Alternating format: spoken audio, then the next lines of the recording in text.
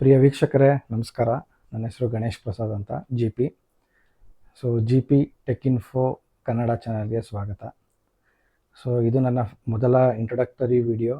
ನನ್ನ ಬಗ್ಗೆ ನಾನು ಯಾರು ಅಂತ ಹೇಳ್ಕೊಳ್ಳೋಕ್ಕೆ ಮತ್ತು ಈ ಒಂದು ಚಾನಲ್ನಿಂದ ನಿಮಗೆ ಏನು ಸಿಗುತ್ತೆ, ಏನು ಇನ್ಫಾರ್ಮೇಷನ್ ಸಿಗುತ್ತೆ ಅನ್ನೋದನ್ನು ಹೇಳೋದಕ್ಕೆ ಅಂತ ಬಂದಿದ್ದೀನಿ. ಭಾಳ ವರ್ಷಗಳಿಂದ ನನ್ನ ಮನಸ್ಸಲ್ಲಿ ಒಂದು ಓಡ್ತಾ ಇತ್ತು, ಏನಂದರೆ ನಾವು ಇಷ್ಟೆಲ್ಲ ಕೆಲಸ ಮಾಡ್ತೀವಿ. ಲಾಸ್ಟ್ ಒಂದು 10-15 ವರ್ಷದಿಂದ ನಾನು ಬೆಂಗಳೂರಲ್ಲಿ ಕೆಲಸ ಮಾಡ್ಕೊಂಡಿದ್ದೀನಿ. ನಮ್ಮಿಂದ ಬೇರೆಯವ್ರಿಗೆ ಏನಾದರೂ ಸಹಾಯ ಆಗುತ್ತಾ? ನಾವು ಪಟ್ಟ ಕಷ್ಟಗಳು, ನಾವು ಯಾವ ರೀತಿ ಕಂಪ್ನಿಗೆ ಕೆಲಸಕ್ಕೆ ಬಂದ್ವಿ, ನಮ್ಮ ಫ್ರೆಂಡ್ಸ್ ಯಾವ ರೀತಿ ಬಂದರು, ನಮ್ಗೆ ಗೊತ್ತಿರೋರು ಯಾವ ರೀತಿ ಕೆಲಸ ತೊಗೊಂಡ್ರು, ಈ ಇಂಡಸ್ಟ್ರಿ ಯಾವ ಥರ ಇದೆ, ಕಂಪ್ನಿಗಳು ಹೇಗೆ ಕೆಲಸ ಮಾಡ್ತವೆ. ಈಗ ಎಷ್ಟೋ ಜನಕ್ಕೆ ಕಂಪ್ನಿ ಒಳಗಡೆ ಏನು ನಡೆಯುತ್ತೆ ಅನ್ನೋದು ಯಾರಿಗೂ ಗೊತ್ತಿರೋದಿಲ್ಲ.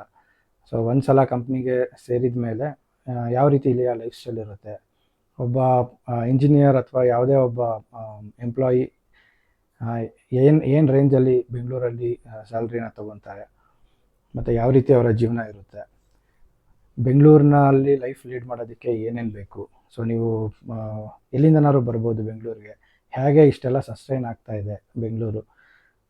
ಈ ರೀತಿ ಬಹಳಷ್ಟು ಪ್ರಶ್ನೆಗಳು ನಿಮ್ಮ ಹತ್ರ ಇರ್ಬೋದು.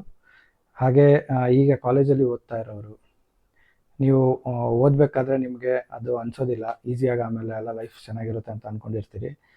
ಕ್ಯಾಂಪಸ್ಸಲ್ಲಿ ಬೈ ಲಕ್ ಪ್ಲೇಸ್ಮೆಂಟ್ಸ್ ಆಗೋದ್ರೆ, ಬೈ ಲಕ್ ಅಥವಾ ನೀವು ಬೈ ಟ್ಯಾಲೆಂಟ್ ನೀವು ಪ್ಲೇಸ್ಮೆಂಟ್ ಆದರೆ ನಿಮಗೆ ಯಾವುದೇ ರೀತಿಯ ತೊಂದರೆಗಳಾಗೋದಿಲ್ಲ. ಅದೇ ನೀವು ಕಾಲೇಜಿಂದ ಹೊರಗಡೆ ಬರ್ತೀರಾ, ನೀವೇ ಕೆಲಸ ಹುಡುಕೋಕ್ಕೆ ಅಂತ ಸ್ಟಾರ್ಟ್ ಮಾಡ್ತೀರಾ ಅಂತ ಇಟ್ಕೊಳ್ಳಿ. ಆಗ ನೀವು ಪಡುವಂಥ ಕಷ್ಟಗಳು, ಅಥವಾ ನೀವು ಯಾವ ರೀತಿ ಸ್ಟೆಪ್ ಬೈ ಸ್ಟೆಪ್ ಹೋಗಿ ನೀವೊಂದು ಕೆಲಸವನ್ನು ತಗೋಬೇಕು. ಒಬ್ಬ ಫ್ರೆಷರ್ ಆಗಿ ನಾನು ಕೂಡ 10-15 ವರ್ಷಗಳ ಹಿಂದೆ ಬಂದಿದ್ದೆ ಬೆಂಗಳೂರಿಗೆ. ನಾನು ಯಾವ ರೀತಿ ಕೆಲಸಗಳನ್ನ ಹುಡುಕ್ಬೇಕಂದ್ರೆ, ನಾನು ಯಾವ ಥರ ಕಷ್ಟಗಳನ್ನ ಪಟ್ಟಿದ್ದೀನಿ, ನನ್ನ ಮಾರ್ಕ್ಸ್ ಎಷ್ಟಿತ್ತು, ಹಾಗೆ ನನ್ನ ಟ್ಯಾಲೆಂಟಿಗೆ ಯಾವ ರೀತಿ ಕೆಲಸ ಸಿಕ್ತು. ಯಾಕಂದರೆ ಬೆಂಗಳೂರು ನಿಮಗೆ ಇದೊಂಥರ ಊರು. ಹೇಗೆ ಅಂದರೆ, ನೀವು ಏನೇ ಓದಿರಲಿ, ಏನೇ ಕಷ್ಟಗಳಿಂದ ಬಂದಿರಲಿ, ನಿಮಗೆ ಅನ್ನವಂತೂ ಹಾಕದೆ ಬಿಡೋದಿಲ್ಲ. ನಿಮ್ಮ ಹತ್ರ ಏನಾದರೂ ಒಂದು ಟ್ಯಾಲೆಂಟ್ ಇರಬೇಕು. ಈಗ ನನ್ನ ಹತ್ರ ನಾನು ಈ ಒಂದು ಫೋಟೋಗ್ರಫಿ ಅಥವಾ ವಿಡಿಯೋಗ್ರಫಿ, ಎಡಿಟಿಂಗ್ ಕೆಲಸಗಳನ್ನ ನಾನು ಕಾಲೇಜ್ ಟೈಮ್ಗಿಂತ ಮುಂಚೆಯಿಂದನೇ ಮಾಡ್ಕೊಂಡ್ಬರ್ತಾಯಿದ್ದೀನಿ. ಸ್ಕೂಲಲ್ಲಿದ್ದಾಗಿಂದನೂ ಅಥವಾ PU ಟೈಮಿಂದನೂ ನಾನು ಮಾಡ್ತಾಯಿದ್ದೆ. ಹಾಗಾಗಿ ನನಗೆ ಇದೊಂದು ಹವ್ಯಾಸ, ಒಂದು ಹಾಬಿಯಾಗಿ ನಾನು ಆಗಾಗ ಮಾಡ್ತಾಯಿದ್ದೆ. ಅದನ್ನೇ ಒಂದು ಪ್ರೊಫೆಷ್ನಲ್ ಆಗಿ ಅಥವಾ ಯಾವಾಗಲೂ ಅದೊಂದು ತುಂಬ ಸೀರಿಯಸ್ ಆಗಿ ಎಲ್ಲನೂ ಕಂಟಿನ್ಯೂಸ್ ಆಗಿ ಮಾಡ್ಕೊಂಬಂದಿಲ್ಲ. ಮೇ ಬಿ ನಾನು ಇಷ್ಟು ವರ್ಷ ಕೆಲಸದಲ್ಲಿ ಇನ್ವಾಲ್ವ್ ಆಗಿ ಅಥವಾ ಬೇರೆ ಬೇರೆ ನನ್ನ ಕಮಿಟ್ಮೆಂಟ್ಸ್ ಅಥವಾ ಪರ್ಸ್ನಲ್ ಲೈಫ್ ಕಡೆಗೆ ನಾನು ಗಮನ ಹರಿಸ್ತಾ ಇದ್ದೆ. ಈಗ ನನಗೆ ಅನ್ನಿಸ್ತು, ಇಲ್ಲ, ಇದೊಂದು ಬಹಳ ಒಂದು ಯೂಟ್ಯೂಬ್, ಇನ್ಸ್ಟಾಗ್ರಾಮ್ ಮತ್ತು ಫೇಸ್ಬುಕ್ಕಲ್ಲಿ ಬಹಳ ಒಂದು ಪ್ಲ್ಯಾಟ್ಫಾರ್ಮ್ ಇದೆ. ಏನಂದರೆ, ನಮ್ಮ ಹತ್ರ ಏನಾದ್ರು ಟ್ಯಾಲೆಂಟ್ ಇದ್ದರೆ ನಾವು ತೋರಿಸ್ಕೋಬೋದು. ಹಾಗೆ ಅದರಿಂದ ಬಹಳಷ್ಟು ಬೇರೆಯವ್ರಿಗೆ ಕೂಡ ಸಹಾಯ ಆಗುತ್ತೆ. ಕನ್ನಡದಲ್ಲಿ ನಾನು ಭಾಳ ಬೇರೆ ಕಂಟೆಂಟ್ಸನ್ನು ನೋಡಿದ್ದೀನಿ, ಟೆಕ್ನಾಲಜಿ ರಿಲೇಟೆಡ್ ಅಥವಾ ಗ್ಯಾಜೆಟ್ಸ್ ರಿಲೇಟೆಡ್ ಈ ಥರ ಎಲ್ಲ ಇದ್ದಾವೆ. ಆದರೆ ಯಾರು ಫ್ರೆಷರ್ಸ್ ಆಗಿ ಬರ್ತಾರೆ ಬೆಂಗಳೂರಿಗೆ, ಅವರ ಒಂದು ಕಷ್ಟಗಳನ್ನ ಯಾರು ಕೂಡ ಕೇಳೋರೇ ಇಲ್ಲ ಇಲ್ಲಿ. ಯಾವ ರೀತಿ ಇಲ್ಲಿ ಬಂದಾಗ ಅವರು ಕಷ್ಟಗಳನ್ನ ಪಡ್ತಾರೆ, ಹೇಗಿರಬೇಕು, ಎಲ್ಲಿರಬೇಕು, ನಿಮ್ಮ ಫೈನಾನ್ಷಿಯಲ್ ಬ್ಯಾಕ್ಗ್ರೌಂಡ್ ಯಾವ ಥರ ಇರುತ್ತೆ, ಒಳ್ಳೆ ಸ್ಥಿತಿವಂತರಾಗಿದ್ದರೆ ಪ್ರಾಬ್ಲಮ್ ಆಗೋದಿಲ್ಲ. ಆದರೆ ಗ್ರಾಮೀಣ ಪ್ರದೇಶದಿಂದ ನೀವು ಬಂದಾಗ ಬೆಂಗಳೂರಿಗೆ ಕೆಲಸವನ್ನು ಅರಿಸಿ ಯಾವ ರೀತಿ ನೀವು ಕಷ್ಟಗಳನ್ನ ಪಡ್ತೀರಾ, ಇದನ್ನು ಹೇಗೆ ನಾವು ಅವಾಯ್ಡ್ ಮಾಡ್ಬೋದು, ಅಥವಾ ನನಗೇನೇನು ಸಣ್ಣ ಪುಟ್ಟ ಒಂದು ಇನ್ಫಾರ್ಮೇಷನ್ ಗೊತ್ತಿದೆ, ಯಾವ ರೀತಿ ನಾವು ಕೆಲಸವನ್ನು ಹುಡುಕಬೇಕು. ಮತ್ತು ಇನ್ನೊಂದೇನೆಂದರೆ, ಈ ಒಂದು ಇಂಡಸ್ಟ್ರಿಗಳಲ್ಲಿ ನೆಪೋಟಿಸಮ್ ಅನ್ನೋದು ನಡೆಯೋದಿಲ್ಲ. ನೆಪೋಟಿಸಮ್ ಅಂದರೆ ಏನು, ನಮಗೆ ಬೇಕಾಗಿರೋರನ್ನ ನಾವು ತೊಗೊಂಬರೋದು, ಈ ರೀತಿ ಇದು ಅಷ್ಟು ಈಸಿಯಾಗಿ ನಡೆಯೋದಿಲ್ಲ. ಯಾಕಂದರೆ ಕಂಪ್ನಿಗಳಲ್ಲಿ, ಇವೆಲ್ಲ ಪ್ರೈವೇಟ್ ಕಂಪ್ನಿಗಳಲ್ಲಿ ಟ್ಯಾಲೆಂಟ್ ಇರಬೇಕು, ಮತ್ತು ಪ್ರತಿಯೊಬ್ಬರು ಕೂಡ 360 ಡಿಗ್ರಿಯಲ್ಲಿ ನೋಡ್ತಾ ಇರ್ತಾರೆ.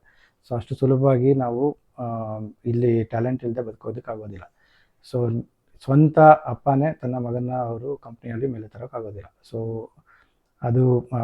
ಅದೊಂಥರ ಒಳ್ಳೆಯದು ಅಂತೀರಾ ನೀವು, ಕೆಟ್ಟದ್ದು ಅಂತೀರಾ ನೀವು, ಗೊತ್ತಿಲ್ಲ. ಬಟ್ ಯಾರು ಒಳ್ಳೆ ಟ್ಯಾಲೆಂಟ್ ಇರುತ್ತೆ ಅವ್ರು ಮಾತ್ರ ಮೇಲ್ ಬರ್ಬೋದು. ಪ್ರತಿಯೊಂದು ಕಂಪ್ನಿನಲ್ಲೂ ಹಾಗೇನೇ ಇರುತ್ತೆ, ಆಲ್ಮೋಸ್ಟ್ ಭಾಳ ದಿನ ನಡೆಯೋದಿಲ್ಲ. ಹಾಗಾದರೆ ನಿಮ್ಮ ಹತ್ರ ಏನು ಟ್ಯಾಲೆಂಟ್ ಇದೆ, ನೀವು ಯಾವ ರೀತಿ ನೀವು ಪ್ರಿಪೇರ್ ಆಗಬೇಕು.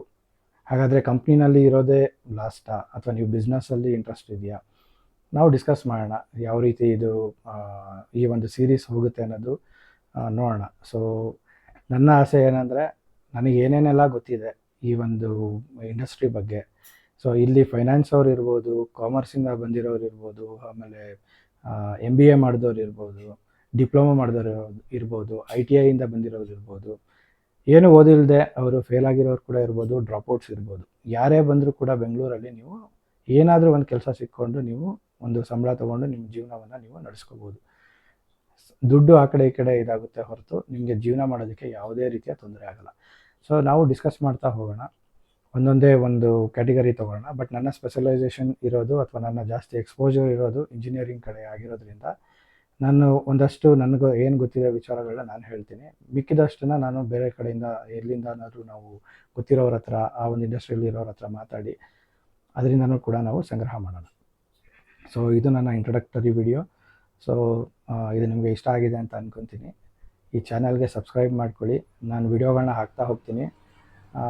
ಐ ಹೋಪ್ ಇದೆಲ್ಲರಿಗೂ ಉಪಯೋಗಕ್ಕೆ ಬರುತ್ತೆ ಅಂತ ನಾನು ಅಂದ್ಕೊಂಡಿದ್ದೀನಿ.